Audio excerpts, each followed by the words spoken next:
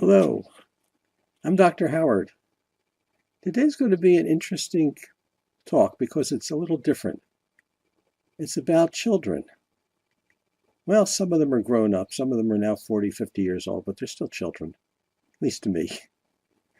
These are very special children, and I first learned about these children in a book by Drunvalo Melchizedek, or maybe it's pronounced Drunvalo. Not sure how to pronounce it, but anyway, it's Mr. Melchizedek. He's written a couple books, and this is the third book in a series called Living in the Heart. And in this book, he talks about his introduction to some of the special children in this world. These children are all over the world.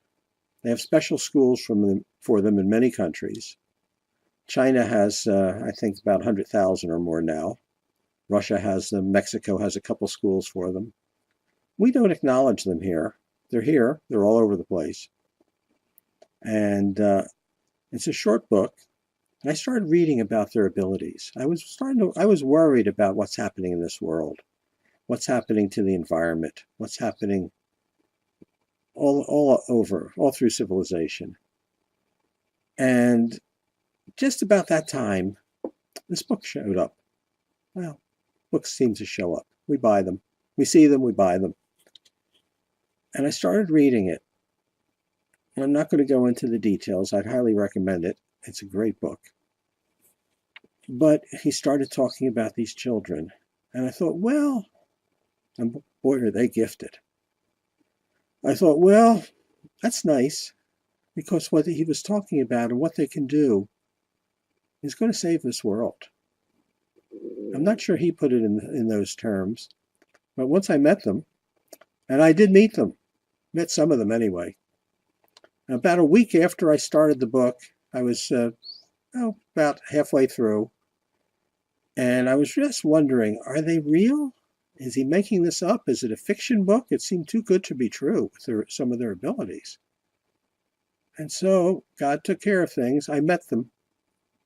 We met a couple. Met a very interesting person with superhuman abilities, apparently, and was talking to him. And he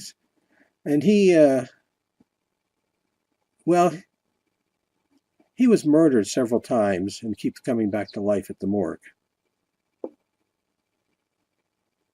He came over to visit just to talk. And I don't see him very often. He lives a little ways away from here. And he walked across the street from where I live. And there were some people visiting there.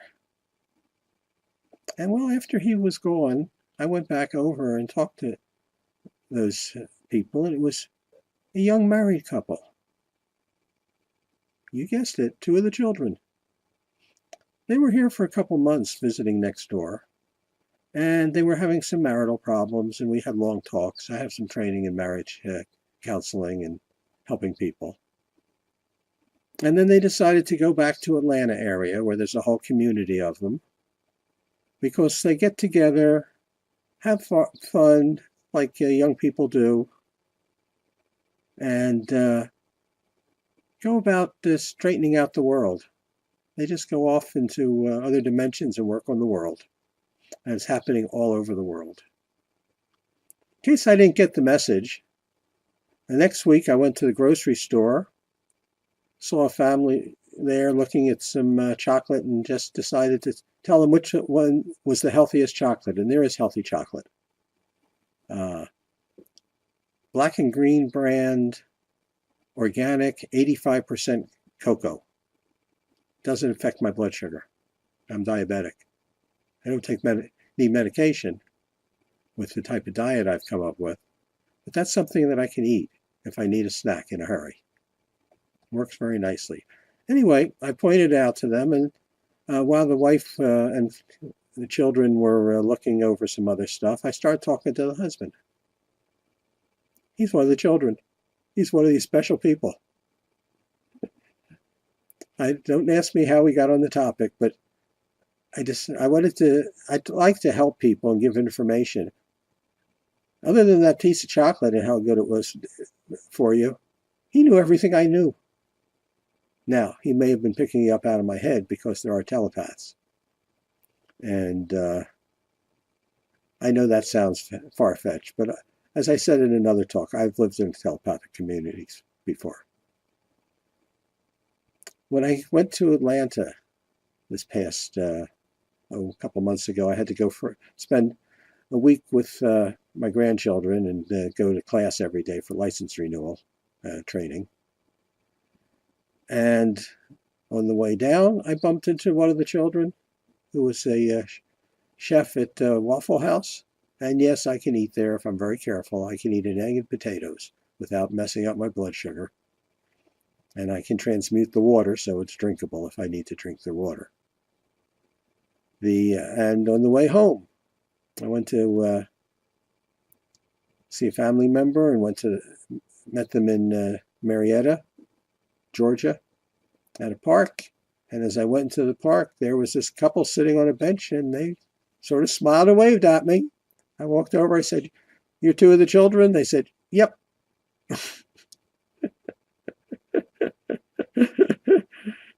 They just wait to see if I know who they are. But every place I go, these kids smile at me. And I'm using kids fairly loosely because most of them are quite a bit older than children.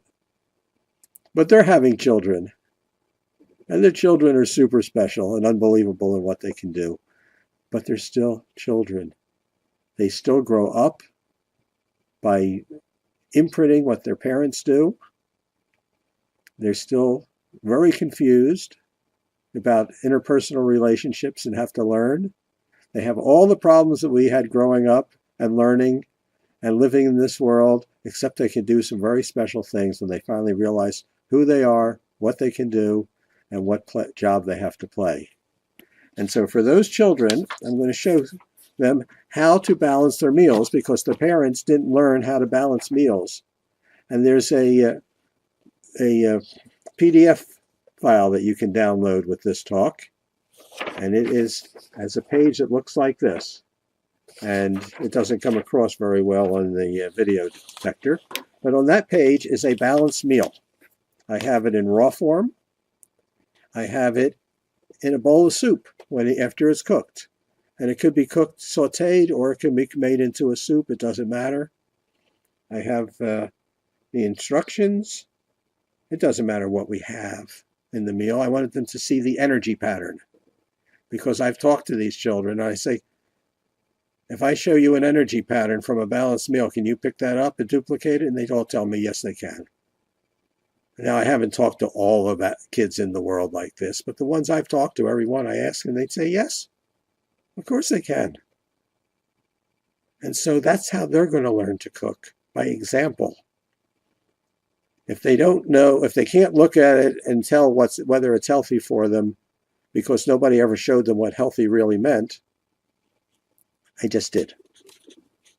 If you're one of these kids, download these pictures, look at the energy pattern, put whatever foods you want to together, and make sure they have a pattern that matches that. It will. It's not dependent on the food or the individual food items. It's dependent on the pattern of the collection. This is my contribution to the culinary arts. And hopefully I'll get this message across to the chefs and everybody else when my book comes out in another year or two. Hopefully within a year, is that it's the combinations of the foods.